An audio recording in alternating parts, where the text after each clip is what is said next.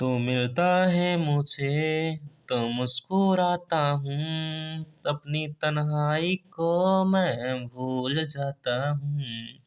नमस्कार दोस्तों, जय हिंद। मेरा नाम मनीष श्रीवास्तव है। ये है आपका मनीष के वीडियो, जिस चैनल पर आपकी आज के टॉपिक है पत्र लेखन। ये एक ऐसा टॉपिक है जो आपके कॉम्पिटिटिव एग्जाम में भी चीज़ें होती हैं। यूपीएससी की तैयारी करने वाले हमारे जितने भी बड़े साथी हैं, उनको भी पत्र लेखन का लिखना पड़ता है, निबंध लिखना पड़ता है। तो ये बहुत बेहतरीन टॉपिक है। अभी तो हम जितने भी हमारे 9th और 12th के बच्चे हैं जिनका पेपर नज़दीक है, उनके लिए बहुत ही खुशखबरी लेकर आए हैं।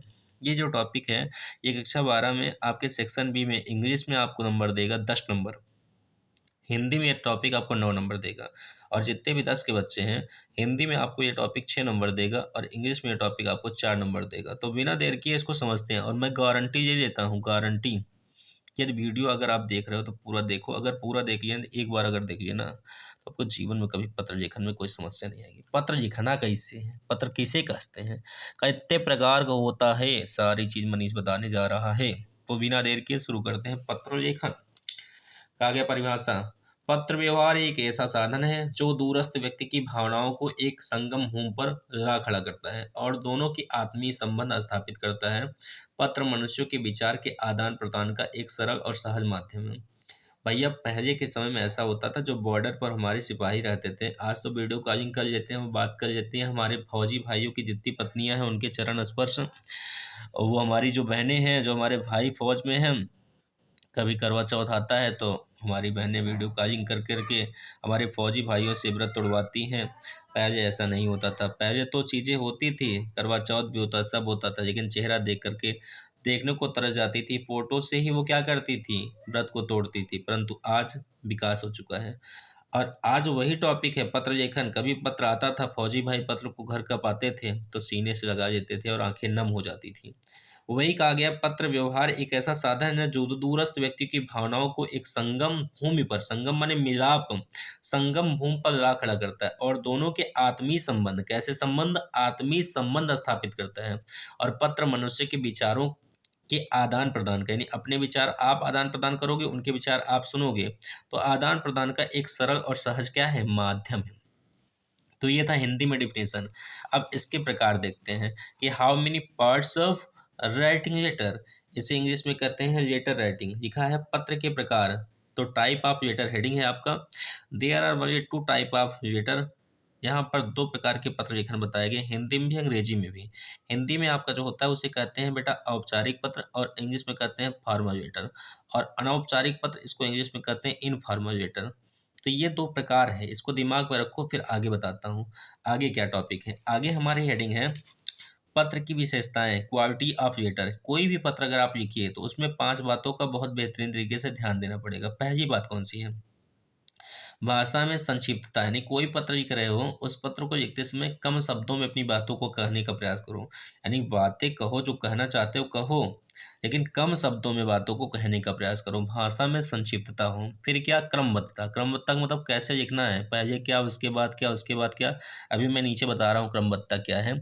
तो कहा गया है क्रमबद्धता, नहीं बता ही देता हूँ, देख लो ध्यान से। जैसे ध्यान रखो नीचे, यहाँ पर प्रेषक का पता, तिथि, दिनांक, पत्र प्राप्त करने वाले को दिखा क्या है, क्रमबद्धता है। अभी इस पे चलूंगा टॉपिक पे तो बताऊंगा, पहले ऊपर ही समझो ध्यान से, नहीं तो आप गुम हो जाओगे, कुंभ की मेले की तरह समझ नहीं पाओगे। कहा गया है कि भाषा में संक्षिप्तता, कम शब्दों में बातों को कहोगे, बोलो कहोगे ना, प्रॉमिस करो। हाँ।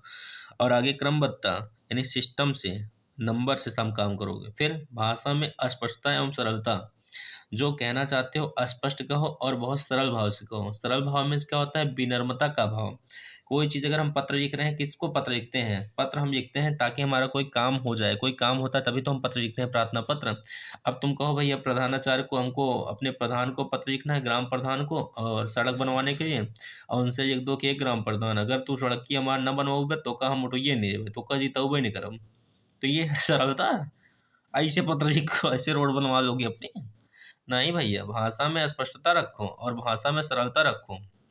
और चौथा का प्रभावपूर्ण, ऐसा पत्र लिख तो ऐसा पत्र कि उस पत्र का सामने वाले के ऊपर इफेक्ट पड़े, प्रभाव पड़े, वो काम करने के ऊपर मजबूर हो जाए। और उद्देश्यपूर्ण हो, यानी जो लिख रहे हो पत्र उसका कुछ उद्देश्य हो। ऐसा नहीं आप लिखते चले जाओ, समझी न कहना क्या चाहते हो, आखिर कहना क्या चाहते हो। उसको समझ में नहीं आएगा भैया क्या उद्देश्य है पत्र का। तो भैया इन चीज़ों का हमें ध्यान देना पड़ेगा। भाषा में संक्षिप्तता, क्रमबद्धता, भाषा में स्पष्टता एवं सरलता, प्रभावपूर्ण शैली और उद्देश्यपूर्ण। स्क्रीनशॉट मार लो इसको। आगे देखो कहा गया है औपचारिक पत्र किसे कहते हैं। पहला नंबर अभी देखो यहाँ बताए थे ना, यहाँ पे हमने बताया था कि औपचारिक पत्र, अनौपचारिक, और पहला टॉपिक हमारा है क्या है, औपचारिक पत्र। तो देखो औपचारिक पत्र किसे कहते हैं, ध्यान से देखो। आगे औपचारिक पत्र। औपचारिक पत्र वह पत्र होता है जो हम अपने से बड़े अधिकारी जैसे प्रधानाचार्य, थाना अध्यक्ष, जिला अध्यक्ष या जिलाधिकारी या मुख्यमंत्री, प्रधानमंत्री को लिखते हैं, उसे हम औपचारिक पत्र कहते हैं। अंग्रेजी में इसे हम कहते हैं फॉर्मल लेटर। ये तो आप जान गए कि किसे कहते हैं भाई, अधिकारियों को लिखेंगे अपने से बड़े तो क्या होगा, औपचारिक पत्र होगा, जिसे हम एप्लीकेशन कहते हैं अंग्रेजी में।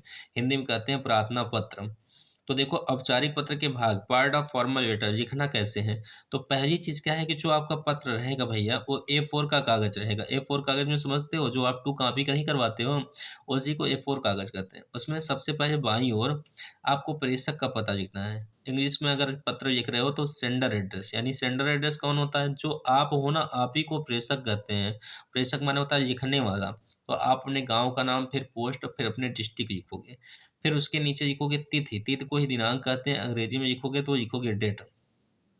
फिर उसके नीचे लिखोगे पत्र प्राप्त करने वाले का पता, रिसीवर एड्रेस, जैसे टू द प्रिंसिपल। और उनके बाद उनका नीचे क्या लिखेंगे, कहाँ के प्रिंसिपल हैं, या टू द डिस्ट्रिक्ट मजिस्ट्रेट, या कहाँ के डिस्ट्रिक्ट मजिस्ट्रेट हैं। तो पत्र प्राप्त करने वाले का पता। आप उसके बाद तीसरा नंबर लिखोगे। फिर उसके नीचे विषय, एक ब्रैकेट में लिखना सब्जेक्ट, यानी कहना क्या चाहते हो, जैसे फीस माफ़ी के लिए, या सड़क बनवाने हेतु, या किसी की शिकायत कर रहे हो तो उसके लिए ब्रैकेट में लिख दो।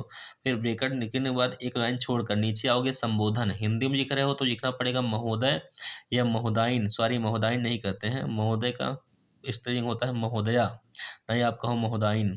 महोदय और महोदया, फिर या मान्यवर कह सकते हैं, या माननी भी कहते हैं। अंग्रेजी में लिखेंगे तो लिखेंगे रिस्पेक्टेड, क्या लिखेंगे, रिस्पेक्टेड। तो ये 5 बातें ध्यान करो, प्रेषक का पता, सेंडर एड्रेस, तिथि या दिनांक डेट, पत्र प्राप्त करने वाले का पता, रिसीवर एड्रेस, फिर उसके बाद विषय यानी अंग्रेजी में सब्जेक्ट, फिर संबोधन महोदय, महोदया या मानवर या माननी, फिर रिस्पेक्टेड। इतना हो जाने के बाद आगे क्या करना है, चलो देखते हैं बच्चों। तो उधर हुआ था हमारा 5, इधर देखिए ध्यान से, कहा गया है 6वां नंबर, 7वां नंबर, 8वां नंबर, 9वां नंबर। एक है विषय वस्तु। विषय वस्तु में मैटर, यानी कि जो आप बात कहना चाहते हो बहुत खुल करके अच्छी तरीके से बात करो। अच्छा एक बात और, पत्र लिखते कहाँ हैं पहले इसको समझो। जैसे ये सब पत्र, अगर कोई बात लिख रहे हो, किसी को दे रहे हो अधिकारी को, तो अगर आप इन चीज़ों को, फॉर्मेट को याद रखोगे कैसे लिखना है, 5 उधर बताया, 3 इधर बताया, तो अगर ऐसे जानते रहोगे और लिखोगे ना, तो मैटर उसमें जो होता है वो बहुत महत्वपूर्ण होता है। जब आप 11-12 का पेपर दोगे या 10 का दे रहे हो, तो उसमें मैटर जो है बहुत इंपॉर्टेंट है, क्योंकि मैटर जितना अच्छा लिखोगे इफेक्ट उतना अच्छा पड़ेगा। इंग्लिश में लिख रहे हो तब पर भी, हिंदी में लिख रहे हो तब भी, क्योंकि भैया जो मैटर होता है ना, उस मैटर में अपनी भावनाओं को आप लिखोगे। और अगर आपके साथ कोई जाति दुश्मनी हो रही है या आपका कोई काम नहीं हो रहा है, अगर आप अपने हाथों से पत्र लिख रहे हो ना, तो उसमें क्या लिखना है उसको आपको पता है। अब किसी वकील से आप लिखवाओगे तो उसको हर एक चीज़ बतानी पड़ेगी, कहाँ कहाँ मारे, यहाँ कहीं कहीं ऐसी ऐसी जगह मार खाए हो कि बता भी नहीं सकूँ, ऐसा भी होता है। तो इसीलिए विषय वस्तु यानी मैटर का आपको अपनी तरीके से लिखना है। फिर है अभिवादन से समाप्ति, रिस्पेक्टेड इंडियन, ऐसे समाप्त करो, यानी आशा है कि आप मेरे भावनाओं को समझेंगे और मेरे कार्यों को करने की महान कृपा करेंगे। फिर नीचे लिखेंगे अभिनिवेदन, और अंग्रेजी में लिखोगे तो ओबिडेंटली या इसी को लिखेंगे फेथफुली। और कभी कभी अगर अधिकारी को आप कभी प्रार्थना पत्र दे रहे हो ना, तो एक बात का ध्यान देना, उसका 2 कॉपी जरूर करवा लेना, और 2 कॉपी करवा के अपने पास रख लेना। अगर मान लो उस पे कोई कार्य नहीं हो रहा है तो अधिकारी के सामने, कोई भी उसके बड़े अधिकारी के सामने उस प्रार्थना पत्र को आप दे सकते हो, दिखा सकते हो कि साहब मैंने दिया था, मेरा कार्य नहीं हुआ, तो उनके खिलाफ कार्रवाई हो जाएगी। बात समझ रहे हो ना।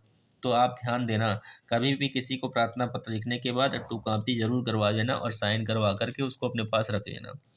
तो अब बात आती है अनौपचारिक पत्र। समझो अनौपचारिक पत्र किसे कहते हैं। सगे संबंधी जो होते हैं, आपके जो मित्र होते हैं, जो रिश्तेदार होते हैं, सॉरी रिश्तेदार नहीं है, रिश्तेदार हैं, हम रिश्तेदार कह दिए। तो सगे संबंधियों, मित्रों, रिश्तेदारों, परिचितों आदि को लिखे गए पत्र अनौपचारिक पत्र कहलाते हैं। इन्हें हम व्यक्तिगत पत्र भी कहते हैं, इसे हम पर्सनल लेटर भी कह सकते हैं बच्चों। इस पत्र में सुख दुख कैसे बाटू बहिन, ठीक यह गिनाए, ऐसा वर्ड्स गाँव में यूज करते हैं ना। सॉरी टॉपिक पे आओ। सुख दुख हर्ष उत्साह बधाई शुभ कामना। इस शुभकामना मतलब किसी को पुत्र की प्राप्ति हो। जुग जुग जिया तो ललनवा भवनवा में भाग जागल हो। टॉपिक पे हो भैया, गुस्सा मत होना। कहा गया शुभ कामना आदि का वर्णन किया जाए तो उसे हम अनौपचारिक पत्र, इंग्लिश में से इनफॉर्मल लेटर कहते हैं। अब आती है जैसे औपचारिक पत्र के भाग थे कैसे कैसे लिखना है, वैसे ही आपका अनौपचारिक पत्र कैसे कैसे लिखना है ये आपके सामने है। अनौपचारिक पत्र के भाग, parts of informal letter. There are only 7 parts of informal letter. You can say that first of all, sender address, that respected dear, good morning, matter, your review and signature. Hindi में कहें तो प्रेषक का पता, यानी आपका पता रहेगा बच्चा, फिर आपकी तिथि या दिनांक रहेगा, फिर संबोधन लिखेंगे, रिस्पेक्टेड फादर, रिस्पेक्टेड ग्रैंड माँ, ग्रैंड दा, ये पता नहीं ग्रैंड माँ दा क्या है, ग्रैंड मदर कहो, ग्रैंड फादर कहो। सम्मान करना तो अच्छे से करो, जैसे अब ये हाल है, पैर छूना है तो पैर नीचे छुआ जाता है तो लोग घुटने तक छूते हैं, घुटने से ऊपर छूने लगे। तो भाई अगर ग्रैंड माँ करे तो ग्रैंड माँ मत कहो, ग्रैंड मदर कहो, दादी अम्मा कहो, दादी जी कहो, कुछ भी कहो, प्यार जी कहो। कहा गया अभिवादन, अभिवादन में गुड मॉर्निंग, कैसे हैं आप। जब किसी को हम पत्र लिख रहे हैं तो कोई काम हमारा ज़रूर है, तो कुछ काम है तो उसका अभिवादन जरूर करेंगे ना। जैसे अगर हमारी जो बहनें वीडियो देख रही हैं, जो हमारे भाई देख रहे हैं, भाई तो संतोषी होते हैं, भाई लड़के संतोषी होते हैं, लड़कियां तो ओवर संतुष्टि होती हैं, ओवर में ज़्यादा। कोई चीज़ अगर खरीदी या दुकान पर देख के आए तो यहीं आएंगे घर पे पैर पटक के कहें, मम्मी हमको चाहिए तो वही कपड़ा चाहिए, चाहिए जैसे चाहिए हमको चाहिए वही चाहिए। तो बहुत प्यार से मम्मी तो हर बार झाड़ दी, मम्मी तो हर कपड़ा धो दी, तो मम्मी समझ जाही कुछ न कुछ काम जरूर बाटे। तो कुछ न कुछ काम जरूर है। तो गुड मॉर्निंग जैसे अभिवादन है वैसे ही काम करवाने के लिए बहुत प्यार से बोल करके काम को करवा लिया जाता है। तो कहा गया विषय वस्तु मैटर, क्या कहना चाहते हो अच्छे से लिखो। फिर अभिवेदन, आपका आपकी हिंदी में लिखोगे तो आपका आपकी, अंग्रेजी में लिखोगे तो योर लवली, ठीक है। और नीचे अपना सिग्नेचर करना, हस्ताक्षर करना। और ये खत्म होता है अपना प्यारा सा वीडियो। यदि आपको वीडियो अच्छा लगा हो तो फिर वही वर्ड कहूँगा, क्या, please like share comment subscribe my channel Manish की video. This is my contact number, you can contact me on WhatsApp and call. अगर आपको कोई दिक्कत है आप व्हाट्सअप या मैसेज या फ़ोन से भी मुझसे बात कर सकते हैं। आप चाहे जहाँ के बच्चे हों, मैं आपकी सहायता करने के लिए हमेशा परिपत्र रहूँगा, तैयार रहूँगा। तो ये था प्यारा सा वीडियो।